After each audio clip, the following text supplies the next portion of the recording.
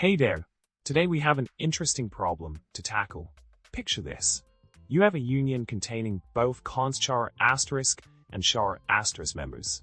Now, the intriguing part is whether data set through the char asterisk can be safely accessed through the const char asterisk. Fascinating, right? Let's dive into this problem and see what we can uncover. Let's talk about the solution now. The key here lies in how we handle the union members. In C language, when you write data using one member of a union and read it using another member, there are specific rules at play.